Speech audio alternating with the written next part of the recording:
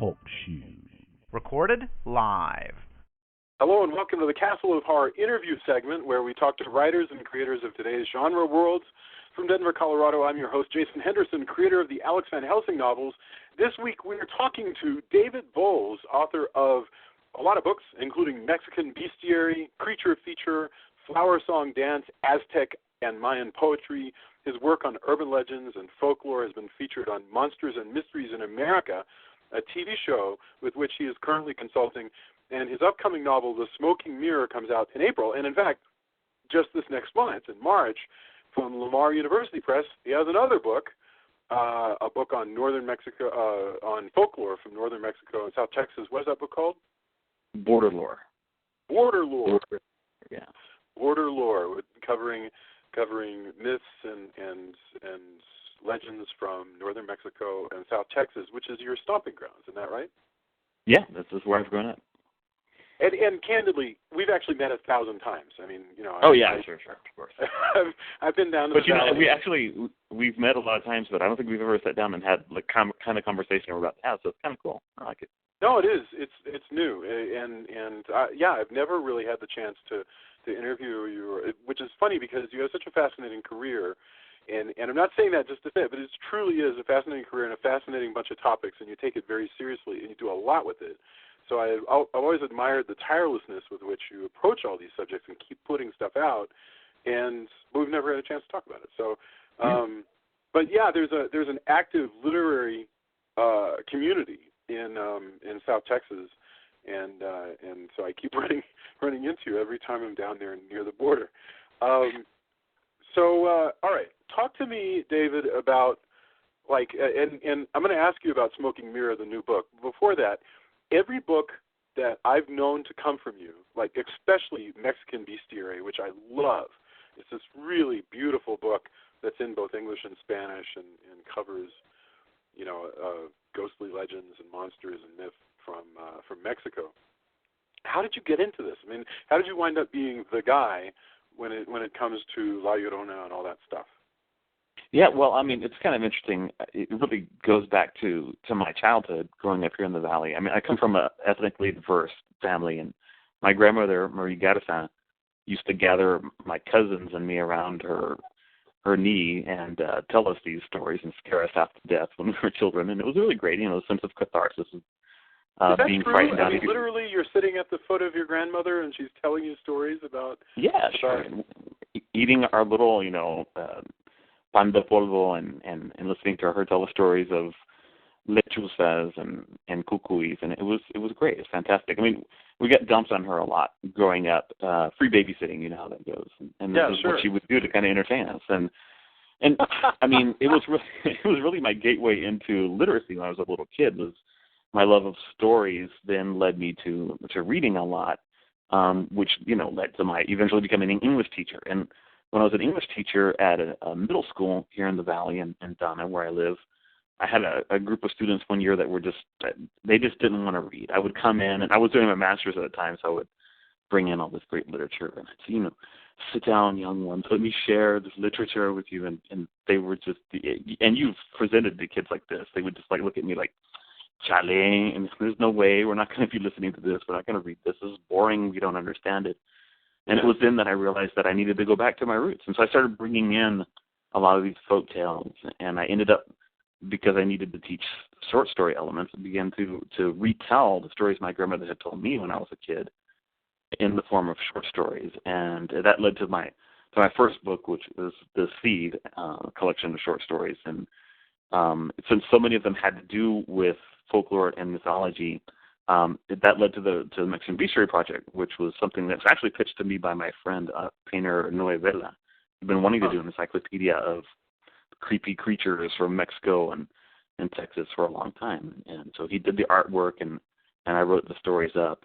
And it's been actually really, really successful. I go to a lot of schools here in South Texas talking to kids about it. And they really, really glom onto it. They love hearing those scary stories. And this upcoming book, Border Lore, is a continuation of that. So it's just, it reminds me growing of, up. Oh, go. I'm sorry. Go ahead. No, go ahead. No, it reminds you of what? Well, I was just going to ask. It reminds me when I look at it of like great books, that were very mainstream and very sort of Northern European, and Western European, scary stories to tell in the dark and things like that collected these sort of familiar tropes. It's like that because you have all these little short stories in it, and you can flip around and just pick a different one, But it's all very particular to the Mexican culture, and I just right, and I mean, just given the growth of that population in our schools, and the linguistic issues that those kids have, and how they tend to be struggling readers because of linguistic issues.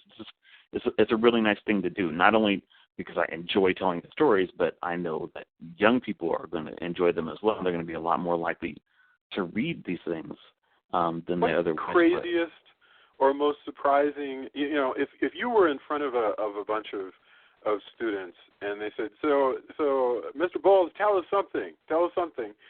What is the best story that you would reach for out of either Mexican bestiary or the new one, Border Lore?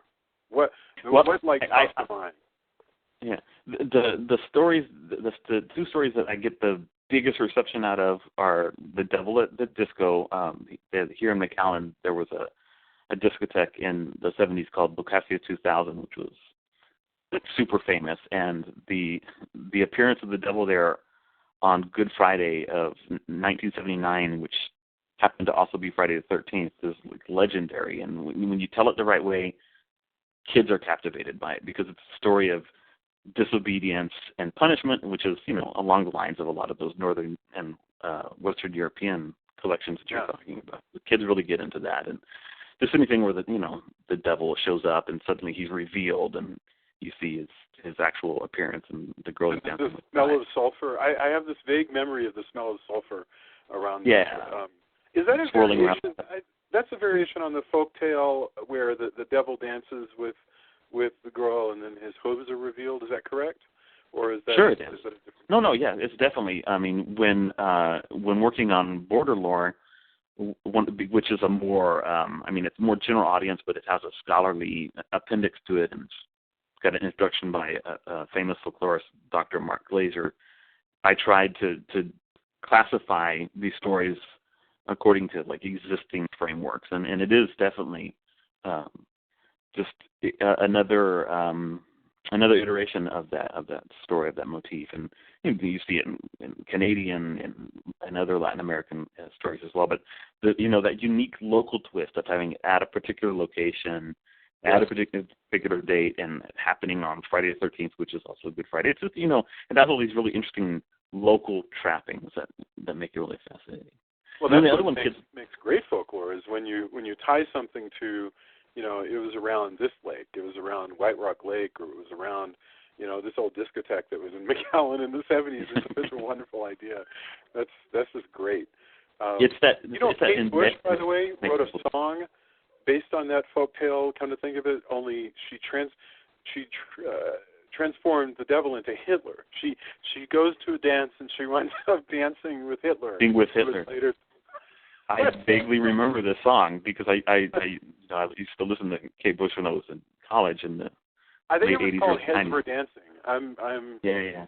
So it was something like that. It was off of, I don't know, the Central World. And that sort of appropriation is what to me what folklore is all about. And every time somebody tells the story, there's not only that cultural contextualization, there's also a family trademark as well. So when I'm telling these stories to kids, they start getting all excited and start saying, "Oh yeah, my grandmother told me a story, but she said it this way," and getting them to make those connections is really neat. And I mean, frankly, look, you're married to a Hispanic woman, and you have children that are part Hispanic. And one of the things that I was noticing with my own kids was they're growing up in an American culture, and my kids like yours are a little quirky, a little international, and different, and they're into all sorts of things that other kids around them are not into. But the thing that was kind of missing from the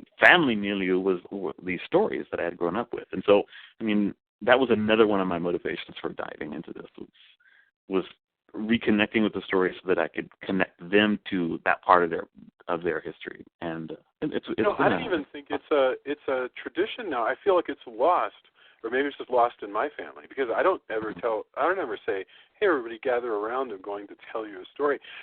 That's such a wonderful idea, but the thing is we let screens, we let electricity sort of take the place of that sure we do. That time passing. Yeah, exactly. And that experience, we don't have that. So literally, if I were to call everybody and say, listen, I want you all to sit down. I want to tell you a story. I think in their mind they're thinking that I'm going to tell them like something truly terrible. Yeah, the only reason he's gathering us is that there's been a tragedy. What's going on? Something must be awful. Someone has died. Yes. But but I mean, your daughter is falling asleep listening to podcasts. I mean, yes. And not, to. Well, she's become addicted to old radio shows. And by the way, yeah, no, I've heard that, which is, again, talking about quirky, right? Yeah, I guess it is, but she doesn't know it's quirky. That's what's funny is she has no idea that. And it's lovely as well. Like my kids for the longest time, and now that they do realize that they're quirky, they don't care because that's the way they want to be. And so there's something. Well, in fact, you're really involved in the creative endeavors of your kids. I do want to ask you about the new book, but before we do that, you because you write and you create books and you work with Lamar Press, you work with all kinds of things, but your kids are also involved in creating, and I've seen them present at shows and I mean I say shows at the conferences. At conferences, yeah. Yeah, no, I mean my son he had some really, really negative experiences in his first couple of years in school. Again, one of these being different, when teachers are intolerant of difference, it sometimes can be really destructive for kids. And so after his first grade year, I spent the entire summer just trying to repair some of the damage that had happened, because he had a teacher who was really intolerant of people who weren't religious and were not a religious family, and it caused a lot of problems for him. And he kind of got turned off of school. He got turned off of anything academic at all. He didn't want to read and things like that. So this was a public school, just so I'm tracking with you. Yeah, this is a public school. This is actually the local school. That is astonishing to me. I mean, it's not that. I mean, I grew up in Texas, so I'm just being willfully blind and forgetting all about it. But yeah, that's crazy. The fact that a public school teacher would make a kid feel alienated because he's not religious. And again, this is a public school. This isn't like you were sending him to the Catholic school, which I'm sure they're exactly where you would assume that would be the attitude. And we changed. They're welcome to it. Yeah. Exactly. And I mean, we moved him to a different school, and he got better teachers. But there were still. I mean, there were psychological ramifications, and I worked with them for the better part of a year over the summer.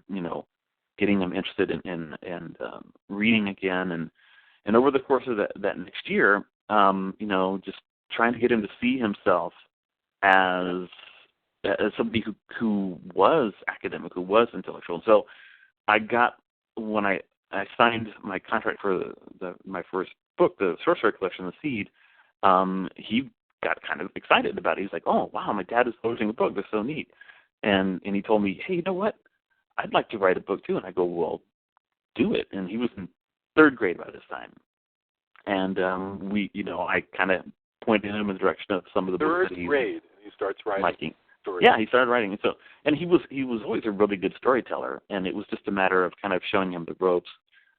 We analyzed a couple of the books that he liked, Goosebumps, Time Warp Trio, a couple things like that. Looked at the 10. They tended to be 10 chapters in length, and there were different things that happened. I showed him, look, here in this chapter, the action comes to a head, and all of the things that have happened before build up to this moment, and then these last couple of chapters are just payoff. And I just taught him some things about structure, and then said, if you want to write, first you've got to plot the book out. So I want you, if you're going to do this seriously, write a sentence or two about each one of the chapters of the book. And I kind of, to be honest with you, Jason, thought this kid is going to go off and he's going to get bored with it and he's going to drop it. But he came back to me in a week with his book outlined, and I was like, "Oh, okay, you're taking it seriously." Wow.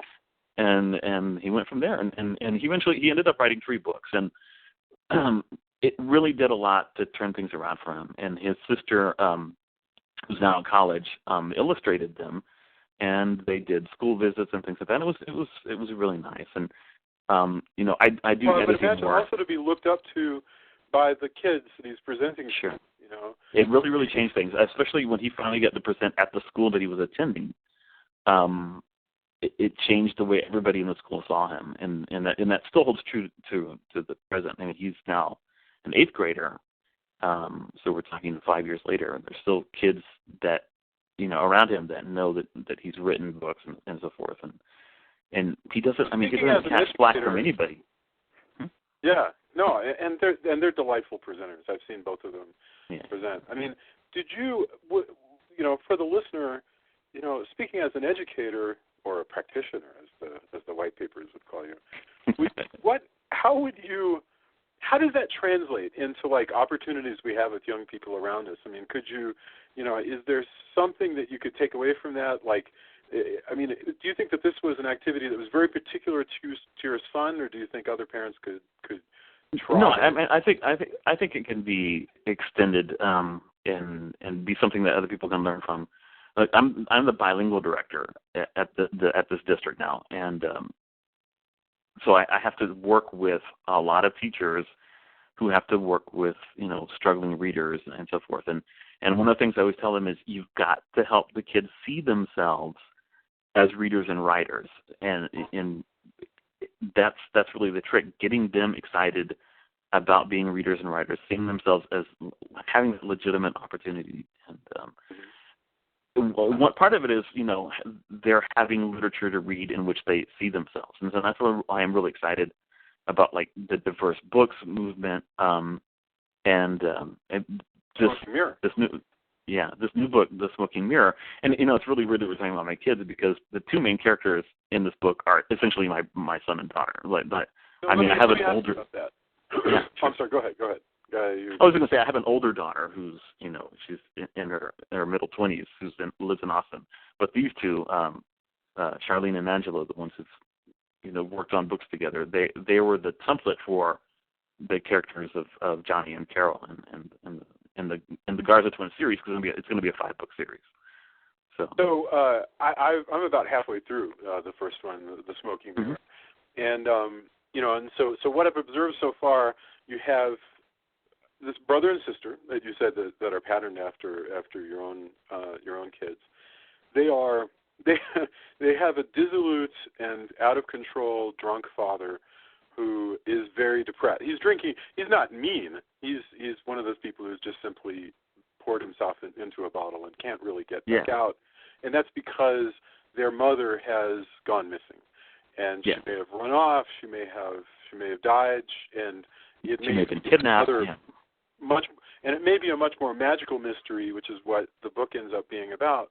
But the book, with that as the setup, the dad being in his way, in a moment of lucidness, he says, you know what? I think what would be best is if you go stay with your relatives in Mexico. And the kids don't like that. I'm sorry. But it's there that they discover, and so, Carol and Johnny are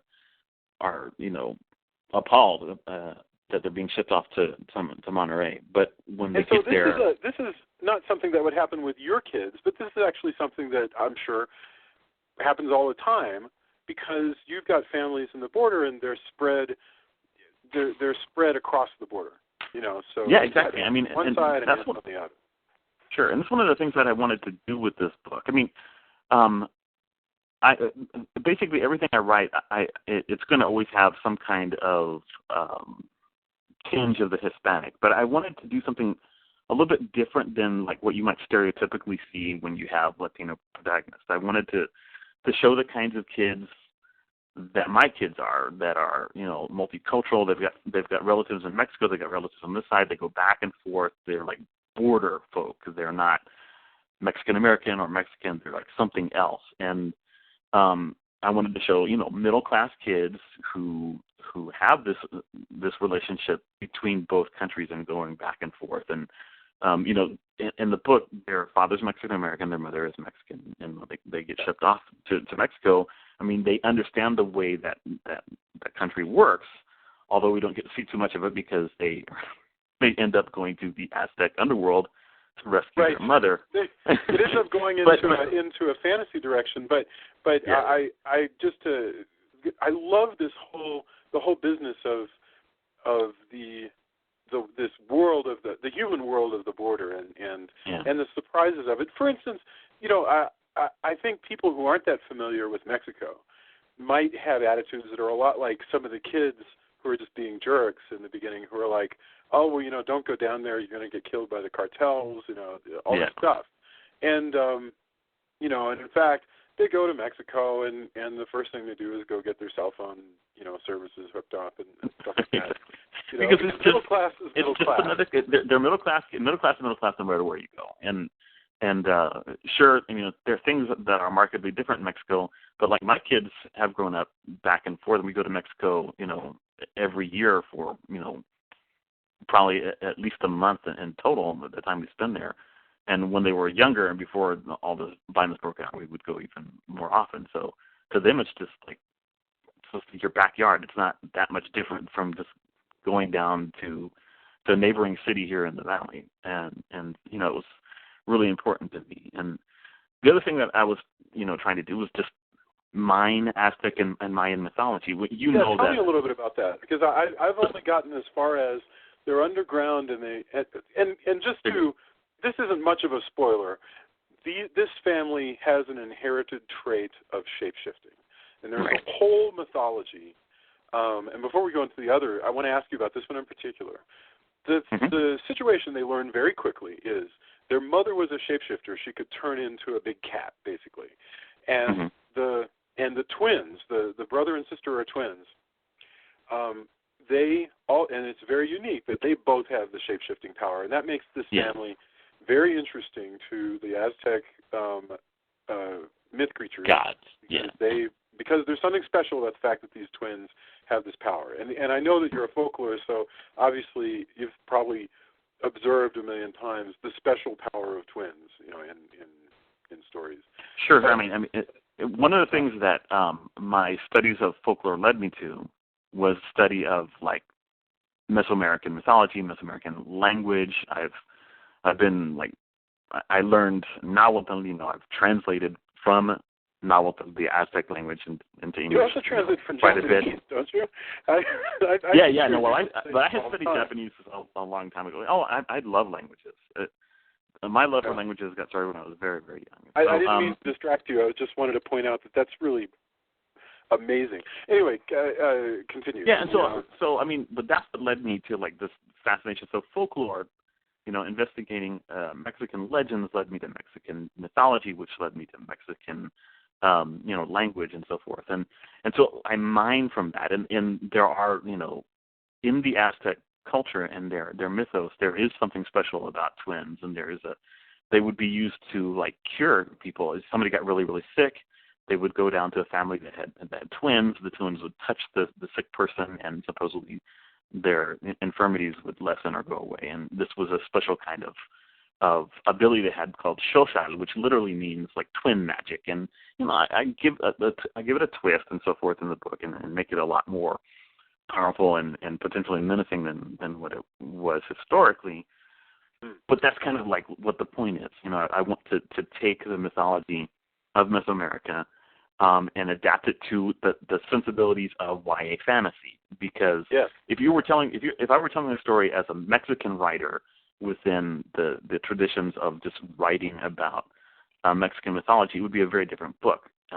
I personally enjoy and love the trappings of modern YA fantasy. I think it's really cool, and I wanted to do what Rick Riordan and P.J. Hoover have done for Greek, Roman, Egyptian mythology and modern kids with the Mayan and Aztec mythology for our modern Latino kids. But I also wanted to make the book accessible to non-Hispanics.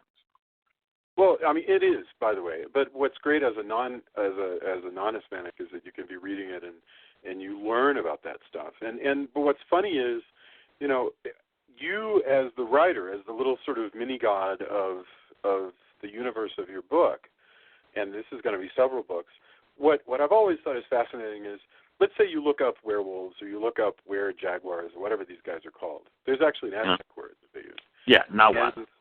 Yeah, Nahual. And you look it up and you're researching it, and probably you find a lot of different primary texts and a bunch of nice secondary texts, and you read, and then you sit down to write it, and you find, you know what, I don't exactly know how tall these guys are. I'm not sure which way the wrists move. I'm not sure if they can speak out loud or if they can't speak or if they're telepathic, and you realize there are still a lot of choices. Or you'll go, wow, so this guy from Cambridge says this thing, but this guy from the University of Wisconsin says this thing, so I'm going to have to pick one of those, and go with it. You end up discarding some things as well. You end up, as you're writing, you realize that there are some things that you're supposed to be doing with that particular supernatural character that are not going to be convenient for your story, and so you dispense with some. I mean, you haven't gotten this far yet, but so they're going to actually go into the Aztec underworld or into the Mesoamerican underworld, and there are, many primary texts that describe what this underworld is supposed to be like, the 9 different levels that a soul is supposed to go through over the course of 4 years to be purified and pass beyond to whatever lies at the center. And then, Mayans had their own view of the same sort of thing. But, and blending them together and finding good dramatic choices, I clearly had to change things up. And so, you take a stance like, well, human beings that recorded this in the few codices that survived the conquest they had never gone. I mean, they were just, they'd been inspired, they had visions or whatever, but now we're actually seeing what it's like. So you kind of have to take that stance. And I'm sure there'll be purists who read something like this and go, oh, but that's not what the Aztecs actually believed the underworld looked like. But you can't worry about those sorts of things. So there's that, and there's also the question of, people often are quite certain that they understand, that they understand how tradition went, but actually you as a person who's spending time working on the book, and I should say I've done this 1,000 times, you start looking, you start trying to find the primaries, and you realize that they're not there. It's all built up. Yeah. It's all tradition. It's all been built up. There are sometimes no primary sources. And a lot of times with movies, or people they remember something that was really popular. They came out in the 60s, or Disney did something, and that will become a part of people's memory. And I'm not complaining. This is actually how folklore works in our world, now, is that there are things about werewolves that were completely written by, just guys writing movies for Universal Horror back in the 40s, that are just a part of the tradition nowadays for everybody, and yet there's nothing primary about it. There's nothing from the day of I mean, zombies are also a great example of that. I mean, of a complete transformation in 50 years of what something was. Yeah. My goodness, when you think about, I Walked with a Zombie, which I believe is one of the finest movies of the 20th century. It just makes me so happy. Definitely agree with it. But it has the Haitian zombies who are, just sort of mind-controlled drones. Yeah, they're somnambulists. They're zombies in the way that we might refer to somebody, like a Marvel zombie. Somebody who, is just, listening to orders and I've even heard explanations of they're brain damaged or whatever they are, but they're not risen dead. But people have completely by now internalized the rules of Night of the Living Dead for 1968. And you're right. Yep. You say the last 50 years. That's damn right. That's the transformation. Yeah. It starts right there. Boy, that's powerful. Anyway, yeah, exactly. And the really neat thing is, about being a creator of dark fiction and drawing from monster myths and so forth is putting your own stamp on it and transforming it in ways that are they're going to just take it to the next level. And I look at this as an opportunity to get people, not only to enjoy a story, but to maybe become interested in these things, and they can look into them on their own and so forth. Did you pitch it to your publisher as this is Percy Jackson for Aztecs? That's basically what I said. I said this is Hispanic Percy Jackson. That was it. And I think that's wonderful. Hispanic Percy Jackson. That sounds like something that should be on TV. Are you kidding me? Yeah. That sounds like God. What a great like mini series that would be. It would totally. I mean, once I churn these 5 books out, you never know. Right? You're like your lips to God's eyes, right? Like yes. But I mean, something else that I wanted to do with the book though was a lot of times, and you've seen this, and story mechanics sometimes necessitate this, but people's family, their siblings, their moms, their dads, they're usually out of the picture, and you have to. A writer often has to kind of to fabricate a situation so that they're not around, so the hero can be the hero. And I kind of wanted to do something different. I thought a lot when I was growing up. I was really into Madeleine L'Engle's Time Quartet. Remember Charles Wallace books, and so Times, you bet. And what I love about those books, Jason, is that the whole family was involved in some way or another. Rescuing the dad, or the brother and sister working together, the twins, even though they're not as strange as Charles and Meg, pitching in whenever they can to help out. It was like, the adventures involved the entire family in some way or another. And I wanted to build up a series that would do the same thing. So the relationship between Carol and Johnny is like crucial. And I mean, I'm clearly not going to give away the ending of the book, but at the end of things, their powers are meaningless. And what makes them survive the ordeal and get out with their mom is their relationship with each other and their relationship with their mom. And to me, making that be the cornerstone of their success is really important. But I'm also like kind of a dark person, and so I also make the dark gods of the underworld suggest that it will be their undoing as well. And so, throughout the 5 books, I hope to play on this, and how family is so important. But you remember that the first Raimi Spider-Man film, and that whole idea of how can you be a superhero and have loved ones and keep your family safe and so forth if your identity were ever known, what's going to happen to them, and that sort of thing. To be these twins and have this power and be hunted by these dark gods that have apocalyptic plans, and yet also try to be good son and daughter to their parents and have a good, healthy relationship is, it's going to be tough, and I'm going to put them through the ringer. But I think it's really important to show the family, working together. And clearly, I mean, you've already seen that the mom is a shapeshifter as well, and there's really neat ways that I can use the parents throughout the stories to help them out. But because of the way my own family is, and because of this, I just wanted to get away from the lonely hero whose family is dead or missing or alienated. That's a wonderful trope, and great stuff comes from it, and I love James Bond. But good Lord, it's so tiresome that every look. I admit I just wrote a 3-book series for HarperCollins that features the in which you isolated your main character. Yeah. Yes. Although it was very cleverly done. Well, it was what the publisher wanted. The fact is, my original pitch was there's 5 kids, and they travel the world together, and they have a mom and a dad. I wanted to do it. So, I think writers out there, this is really good. I'm glad you're doing this, because I think writers out there want to do more, family stories like that. And I tell you, trust me, I pitched this book to more people that I care to even remember, and you know how hard it can be. And oh yes, IFWG. The weirdest comments, the weirdest requests, like this would maybe we could do this if we did that, Yeah. And I mean, I really, really wanted to get the book out there, and would have been willing to make some changes, but it's just a tough sell for some agents and for some publishers. And I was really lucky to find IFWG.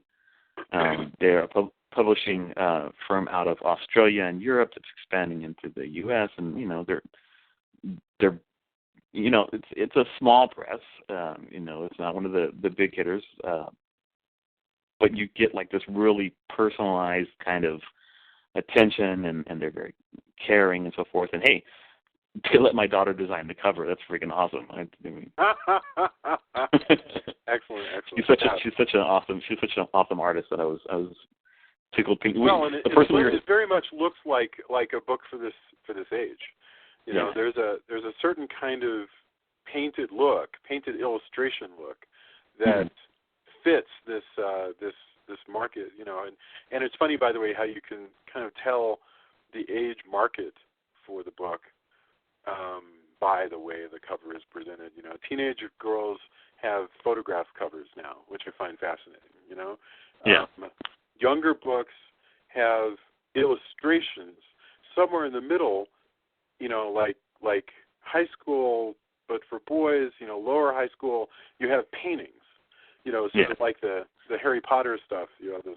So it's just really interesting how the art, how you can spot a mile away who this book is supposed to be appealing to. Yeah, and I thought that was great because, I mean, we were going for something that was a little bit darker at first, and the artist that we were after, we just fell through. And so that's when I said, hey, I pitched them the idea. I've got a daughter who's an art major in college, and she's illustrated books before, and she's done this, and she's got all kinds of stuff on DeviantArt and so forth. She's like really, really accomplished, and they saw her work and they're like, yeah, I'll just tell her to do it. And so it came out really well. And, you know, the idea is to have continuity, have the same person doing all 5 covers. And so given that it's my daughter, I'm unless she and I have some like colossal falling out in the next 6 years or so.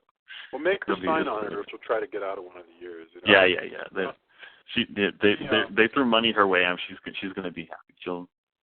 It's like a paying gig when you're 18 years old and you get your first paying gig. It's kind of cool. So I want to ask you about your writing process.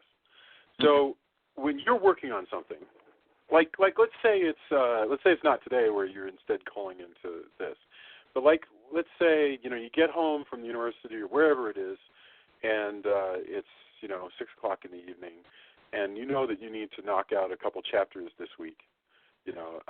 How many words do you try to do in a week? Do you think in terms of words? And how do you do it? Do you go somewhere? Do you lock yourself do you go to Starbucks? Do you lock yourself in your room? What do you do? Yeah, no. I mean, I've got a study, and that's where I am right now. And I actually, the reason that I've been able to write as much as I have is because I'm really, really disciplined about my process. So I'll just break it down for you. And I do think in terms of words. I mean, I try to produce 5,000 words a week. If I can't produce 5,000 words a week, I feel like I feel like crap. I feel like I haven't done my job. Just say 5,000.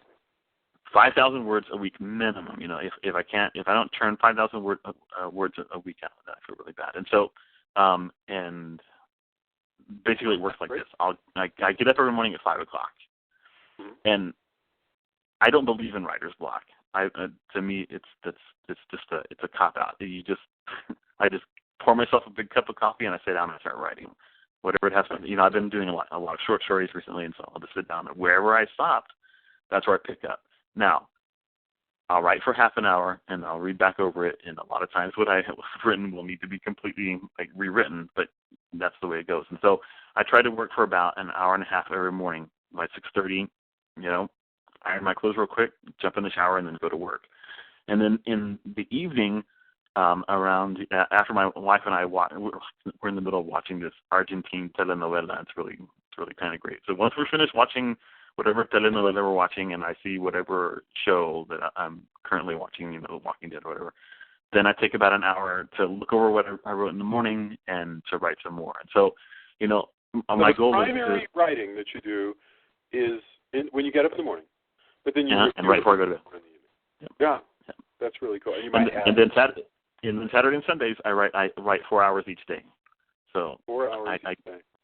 I get, because look, my family, Saturday and Sunday, my kids are in bed until 1 o'clock. My wife will be asleep at least until 8. So I get up, same time I always get up every morning, and I write for about 4 hours. And then I dedicate the rest of the day to them, and that's fine.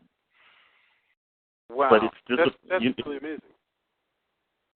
I'm sorry, go ahead. But I mean, I'm just, how it is. You've got a full-time job too. When you got a full-time job, you hack out or carve out this time for yourself, and I'm just really jealous of it. And I can't personally work in Starbucks or anywhere else. I can't write anywhere else other than my study for some reason. I'm just so used to writing in here now that it just doesn't. It's not the same.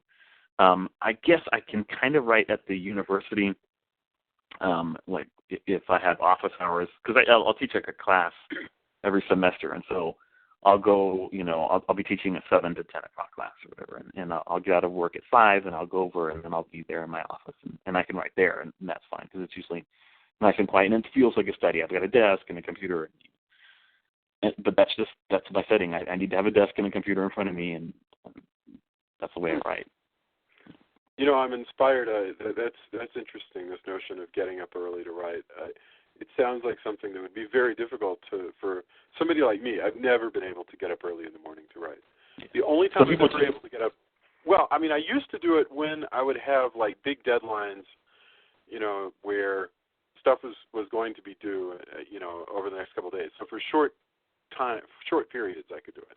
But the idea of doing it every day and making it a part of your life, that's really inspiring. I think it's fascinating. And you're the only person I talked to who had that answer. Well, I'm also a morning person, though. I mean, look, 10:30 rolls around, and I'm asleep. And I remember this has always been the case. When I was in high school, my friends used to make so much fun of me. They're like, "Dude, you're going to sleep already? What's the matter with you?" But 10:30 would roll around, and they wanted to be up until 2 o'clock in the morning. I'm like, why? What's going on from 1 to 2 o'clock in the morning? That's not going on at 7 o'clock in the morning. I mean, come on. Yeah, it takes all kinds. It's always been an early bird. Gosh.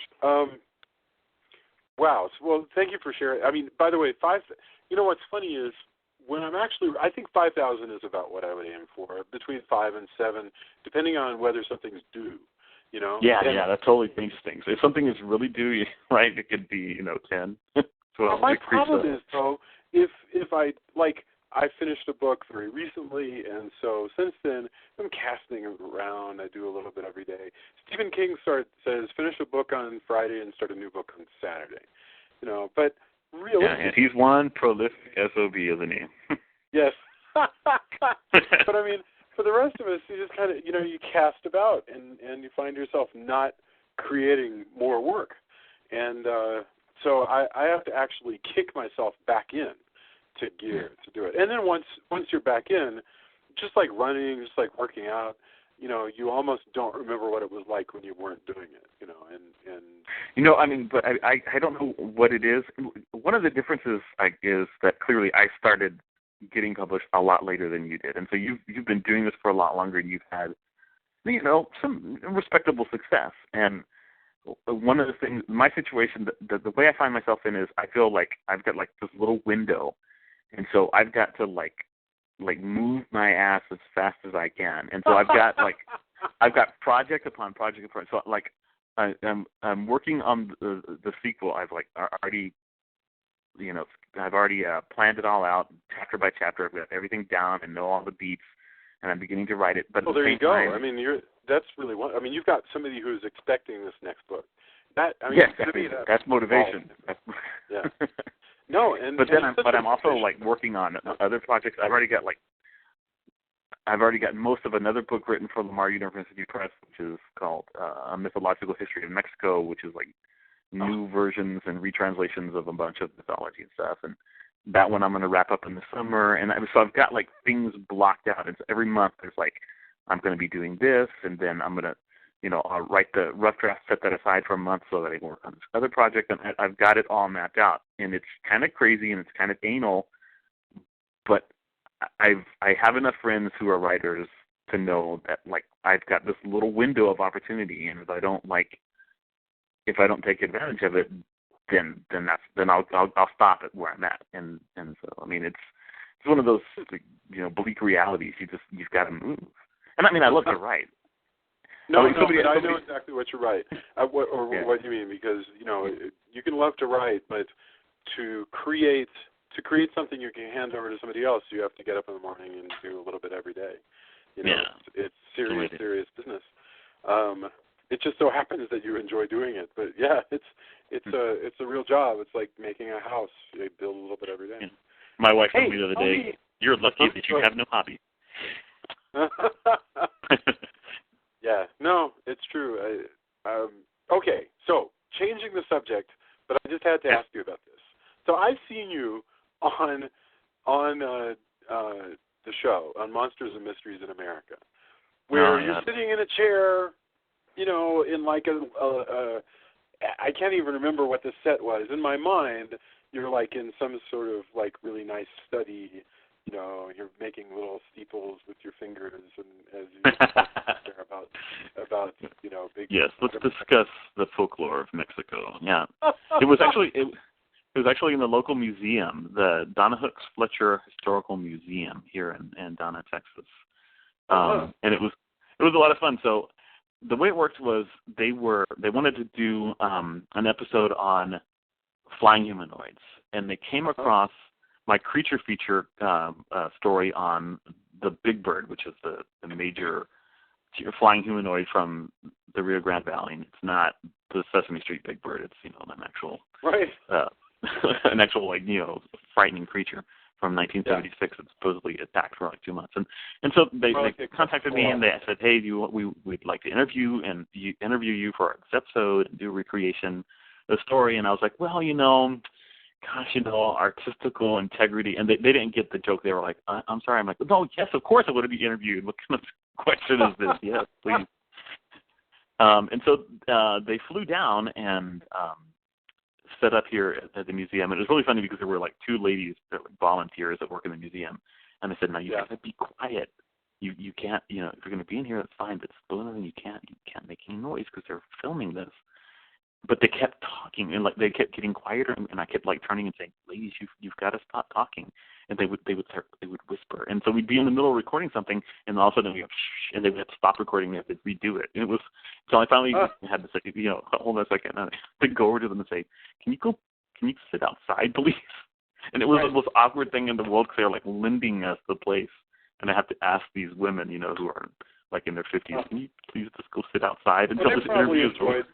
being run out. I mean, that's we had a good laugh about it afterwards, but that'll be part of their story when they tell the story about this. Yeah, that's really cool. Dr. Bowles ran us out of the museum. Man, so is that? I'm projecting. To me, that would be a dream come true. To be a talking head on a show surrounded by like the accoutrement of learning and talking about something about. That just sounds like just kind of what every kid of a certain kind wants. Yeah, wants and I definitely was that kind. So, oh my God, it was so much fun. And I tell you what, I mean, it's fantastic because like this is like really, really weird because everybody gets their little 15 minutes of notoriety or whatever, and I'll go into a store and somebody will kind of sidle up to me and say, didn't I see you on Monsters and Mysteries in America? It's just like, wow, yes, you did. Thank you. Wow. So it's kind of cool. Yeah. And, I keep in contact with them. I help them with research and so forth, and we're always looking for another episode for me to appear in. So I keep pitching things their way, and eventually, maybe for next season I'll get in there as well. But it was really a lot of fun. They were great people. They really put you at ease. One of the weird things was I wear glasses, and having to take my glasses off during you may notice that in that interview I'm not acting anything at all the way I normally act, and so a lot of it was having just these women constantly for and having to re-record, and you just get to a point where you're like super frustrated, and I couldn't see anything because I had my glasses on. So the actual process was not fun. I was like nervous and distraught and all the things that I had meant to say I wasn't able to say. You were blind. You didn't have contact lenses that you. I don't wear. No, I never wear contact lenses. They were just like, listen, we think. Can you take your glasses off? There's too much of a shine, and so I'm like, all right. It was hilarious. Well, it was a lot of fun though, and as was this. I really appreciate your inviting me to talk on this wonderful podcast. You guys absolutely. do great work. It's been a delightful conversation, and I wish we could talk more. And I know that that undoubtedly we'll see one another soon because I got to get back down to the valley. It's always the best. Yeah, we'd love to have you down here, and I know that all the kids at my son's school at South End Middle School were, all a flutter after your presentation. You made a good impression. Oh, that's so sweet. That's very, very kind. And and I appreciate that. Well, gosh, it's been a delight talking to you. I feel like I've learned a lot. I feel like you've inspired me. I want to get up in the morning and try writing in the morning. I don't know if that'll actually work, but I feel moved to attempt that and become a better person thereby. Just lots of coffee, man. Lots of coffee. So thank you so Thanks much. again, man. I really appreciate it. Have a fantastic evening, and I will talk to you soon. Bye, man. Okay, nos vemos. Bye.